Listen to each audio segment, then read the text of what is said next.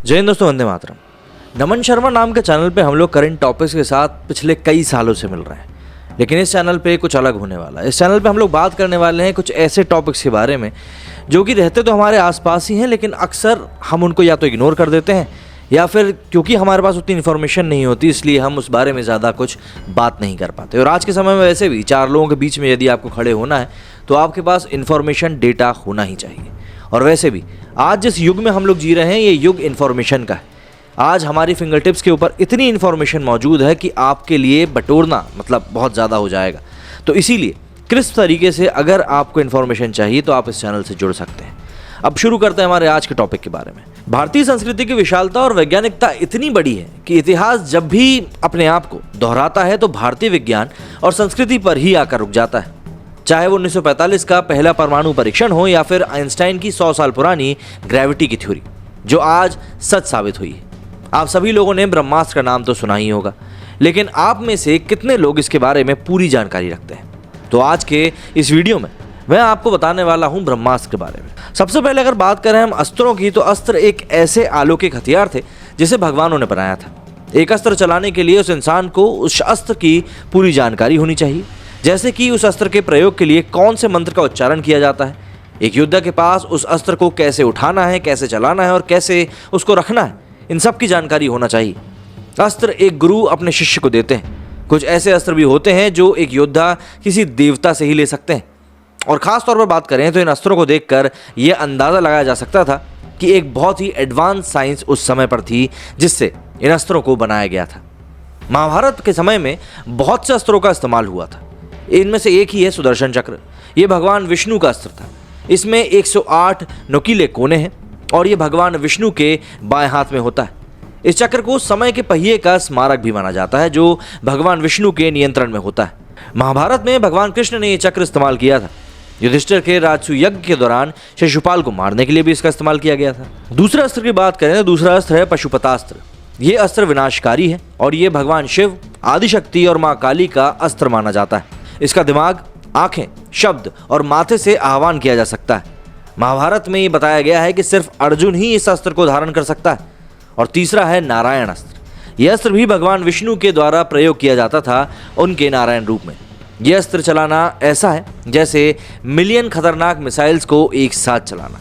महाभारत के अनुसार सिर्फ भगवान कृष्ण, द्रोणाचार्य और अश्वत्थामा ही इन अस्त्रों को धारण कर सकते थे। जो सबसे शक्तिशाली अस्त्र है इन सभी में और वो है ब्रह्मास्त्र। ऐसा कहा जाता है कि ब्रह्मास्त्र से इतनी ऊर्जा निकलती थी कि वो पूरी धरती को भस्म करने की ताकत रखता था। इस अस्त्र के बारे में बहुत से पुराणों में भी लिखा गया है। इस अस्त्र का इस्तेमाल करने के लिए कुछ नियम है। अगर हर योद्धा के साधन पूरे हो चुके हों तभी इंसानियत के भले के लिए यह अस्त्र चलाया जा सकता था। जहां ब्रह्मास्त्र चलाया जाएगा उस जगह को पूरी तरीके से बर्बाद होना है, ये तय है।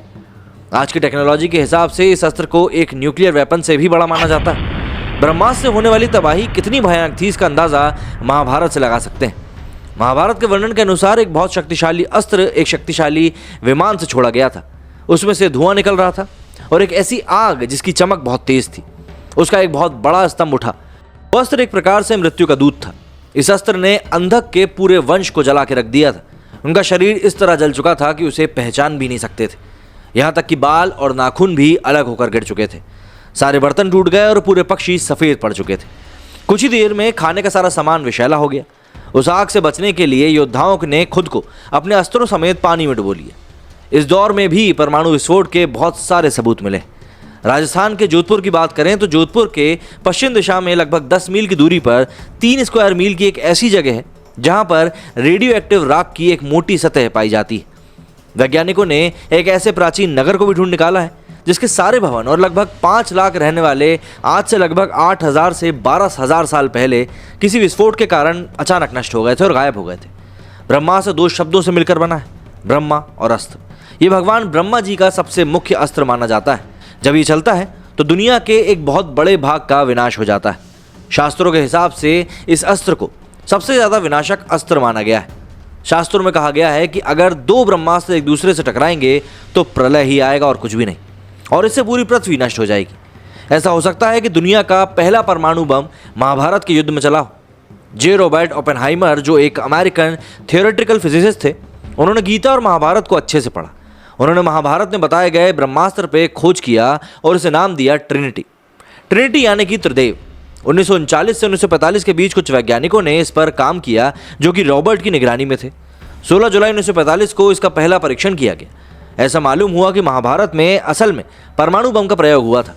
पुणे के डॉक्टर और लेखक पद्माकर विष्णुवर्तक ने अपने रिसर्च के अनुसार अपनी किताब स्वयंभू में लिखा कि महाभारत में जो ब्रह्मास्त्र इस्तेमाल हुआ था वो एक परमाणु बम जैसा ही था। महाभारत के सौप्तिक पर्व के अध्याय 13 से लेकर 15 तक ब्रह्मास्त्र चलाने के परिणाम दिए गए।